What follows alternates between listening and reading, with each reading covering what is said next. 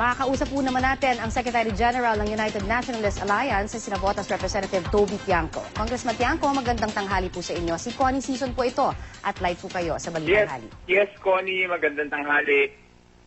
Una po sa lahat, tama ho ba na kayo ang isa sa mga nagpapayo kay VP Binay na huwag nang makipagdebate ho kay Senator Trillanes?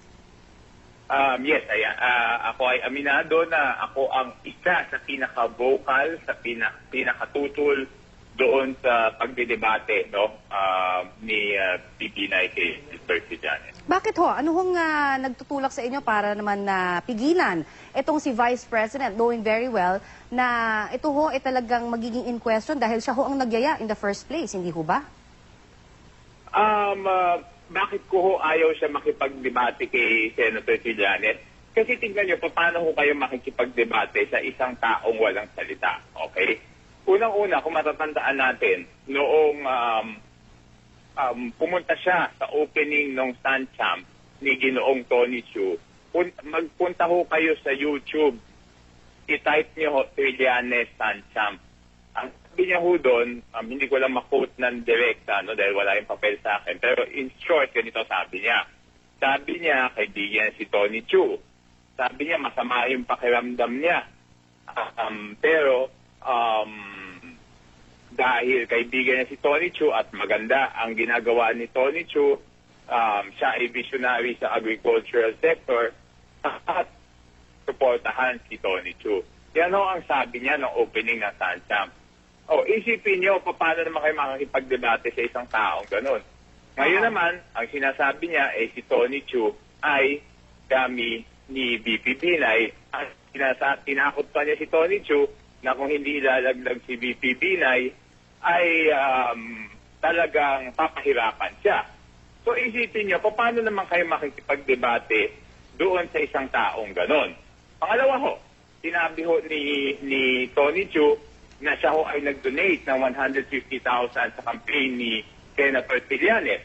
Hanggang ngayon ho, hindi pa ho napapakita ni Senator Trillanes na diniklara niya sa kanyang statement of contributions and expenses sa election yung 150,000 na yun. Yan ho ay isang election offense.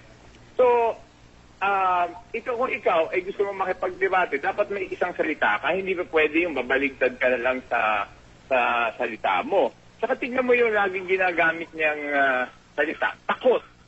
Ano ba to? Hindi naman to takutan eh. Ito'y tungkol sa katotohanan eh. Yan ang lagi sinasabi niya. Takot. May papasabugin. Kala ko ho, tapos na ho yung kanyang mga araw doon sa Oakwood tsaka sa Pinis. Pero ganun pa rin ang kanyang pag-iisip eh. At ngayon, lalo akong nakumbinsi na hindi talaga dapat puntahan yung debate dahil tingnan nyo, sinasabi niya in aid of legislation yung kanilang investigasyon.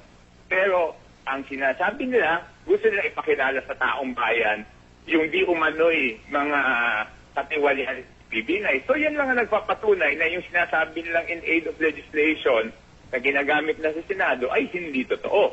Ngayon, nadinig ko din sa kanyang interview, sabi niya sa bawat piso, 1,000 daw yung di umano'y ninanakaw.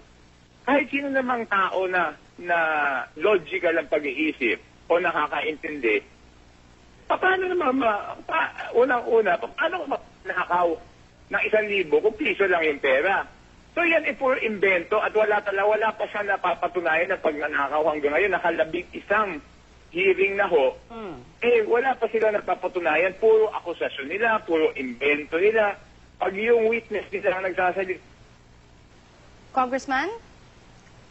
Alright, mukhang naputol po ang linya natin at susubukan na lang po nating balikan si Navotas Representative Toby Tiangco. Pero he was able to very well explain naman yung side nitong si VP Binay kung bakit umaatras. At siya talaga yung pinaka-vocal, nabanggit nga niya, siya yung pinaka-vocal doon sa pagtanggi doon sa debate, bagamat na-overpower siya ni Vice President Binay. Pero ngayon nga, hindi natuloy according to the wishes of Congressman Tiangco. Kumbaga, siya na ngayon ang nasunod yung kanyang wishes. Pero ang itatanong ko nga rin sana sa kanya, sana maibalik natin siya sa ere. Eh kung ready sila sa backlash. Kasi Exactly, nga, kahit na ano man ang rason ni Vice President Binay, tiyak na magkakaroon na ng backlash ito lalo na sa publiko na nag-aabang nga That's dito true. sa magaganap sanang debate. Ako naman, kasi on the part naman na sinasabi na maaaring makaapekto talaga ito sa kanilang partido.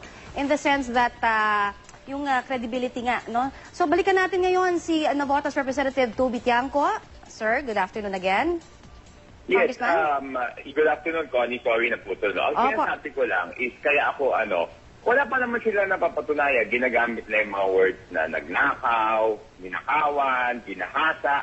Alam niyo, nakaka-11 hearings na wala pa sila napapatunayan. Tignan niyo yung hearing nila. Kapag yung kakampi nila ang magsasalita, papabayaan nila. Kahit nagsisinungaling under oath, hindi nila pinipigilan o hindi nila pinapayalan ng perjury.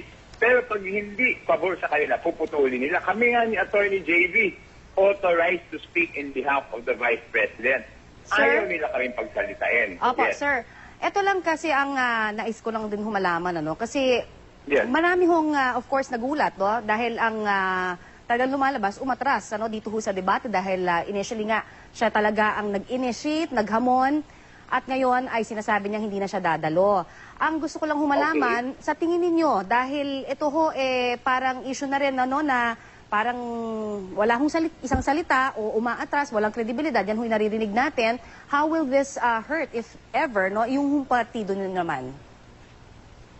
Kasi ang sinasabing walang kredibilidad, ano ba yung inatrasan? Kung nakikita mo naman na hindi naman ayos yung iyong kadebate at nakikita mo na araw-araw nagsisinungaling lang iyong didebatihin, bakit mo naman papatulan, di ba?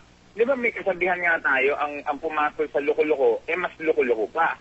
Bakit magpapatol sa isang loko? Isipin niya nakaka-11 hearings na yan. Ilan ho ang senador na pwede mag-attend? 20, no? Kasi yung 3 senador natin nakakulong.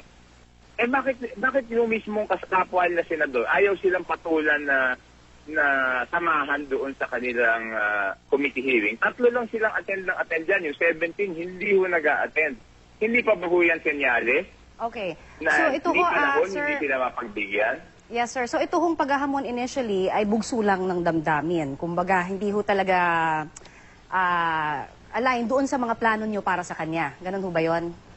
Actually ang nangyari ho niyan, ako ho ay nagulat na hindi ko nakita yung paghahamon, nakita ko na lang ho yung sagot ni Senator Trillanes.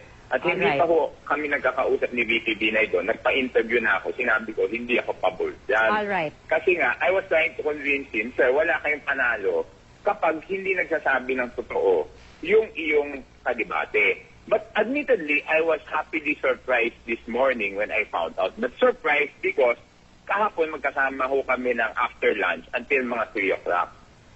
I was still trying to convince him. Kumbinsi pa ako ng kumbinsi na huwag niya nang patulan yan. But sinabi na niya, nagdesisyon na siya na siya ay a-attend Alright. sa debate. Sir, pasensya So, na kayo. nagulat na ako this morning.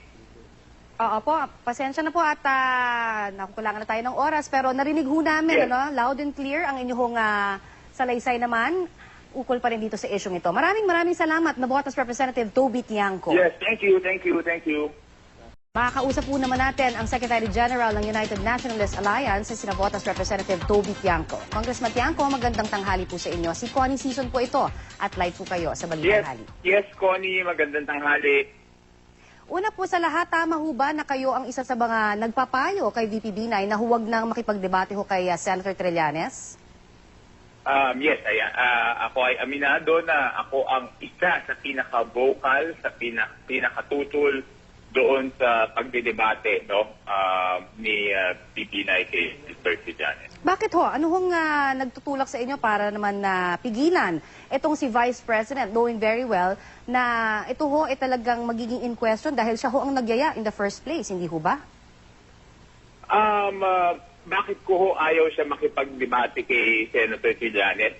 Kasi tingnan niyo, paano ho kayo makikipagdebate sa isang taong walang salita, okay?